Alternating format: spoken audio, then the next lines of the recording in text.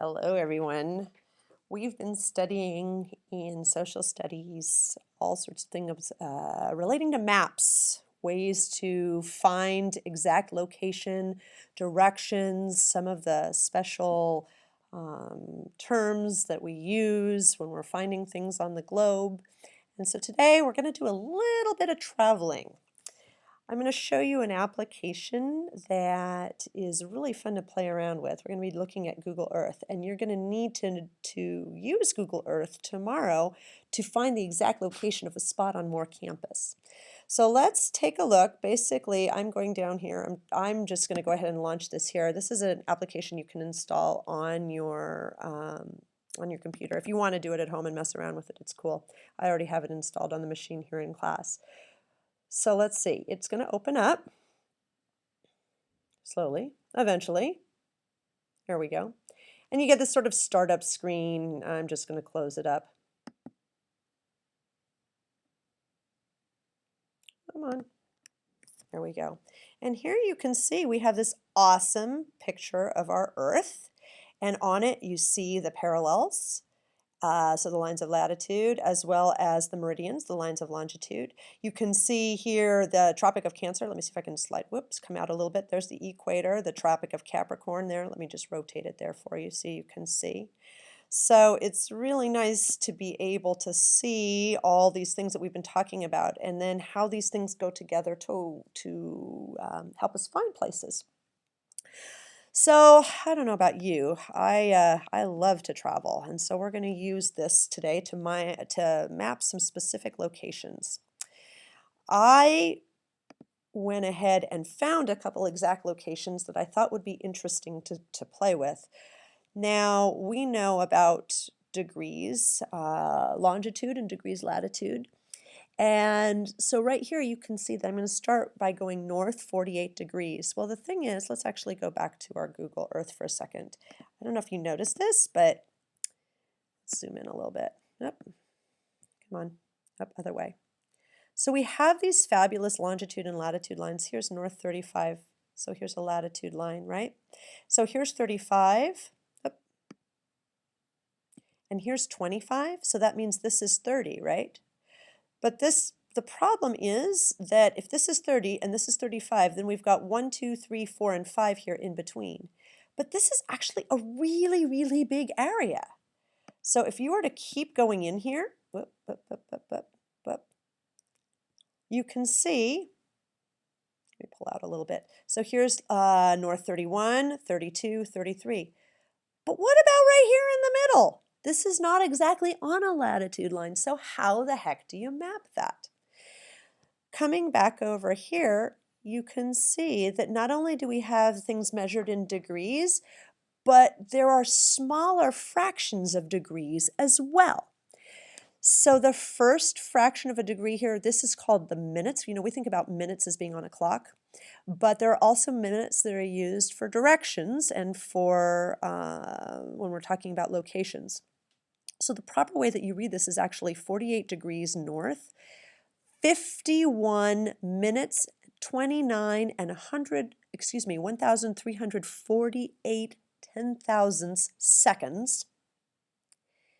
And that's our latitude location. Then we're going to go here to our longitude location. We're going to go east 2 degrees, 17 minutes, 40 and 8,984 ten-thousandths seconds. Wow, that is a very complex location. If I'm going to take this and put this into my Google Earth, let's see exactly where we land. Put this in. I hit search. Ooh, we're going across the Atlantic Ocean. Ooh, we're coming over to Europe.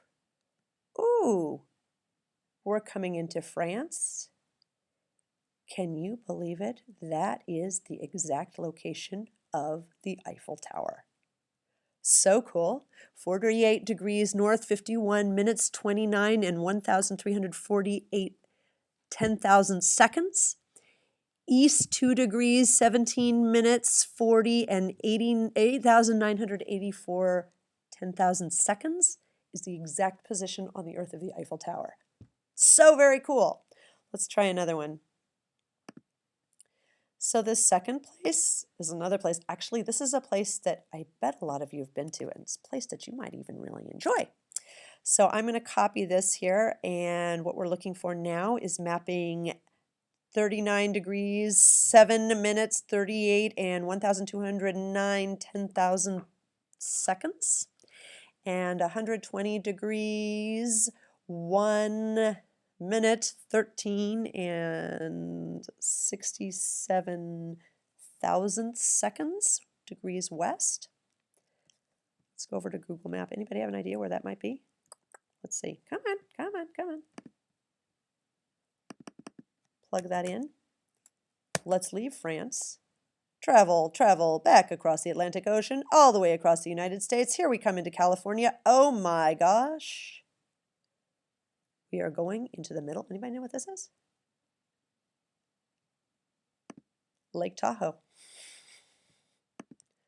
Close that up on accident. We are right in the middle of Lake Tahoe. Pretty amazing that Lake Tahoe can be found and located in an exact spot on the planet, and that's where it is. Last one, this is a place that I would love to go to in my life. I don't see that I will ever have this fabulous opportunity, but I'm going to go here to something 29 degrees north.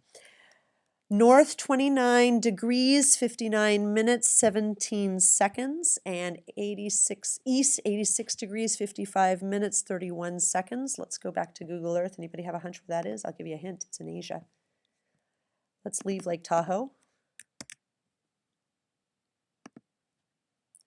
I'm going to put in those coordinates. We're going to travel across the Pacific Ocean all the way to Asia, narrowing in, narrowing in, narrowing in. You're like, what is this round spot right here? This is the precise coordinate of Mount Everest. So basically, I'm hoping from this little travel experience, you can see how you can use degrees as well as even like fractions of degrees called minutes and seconds to map an exact spot. Tomorrow, you are going to be putting in some longitude and latitude exact coordinates to map a specific spot on the Moore campus. So I hope you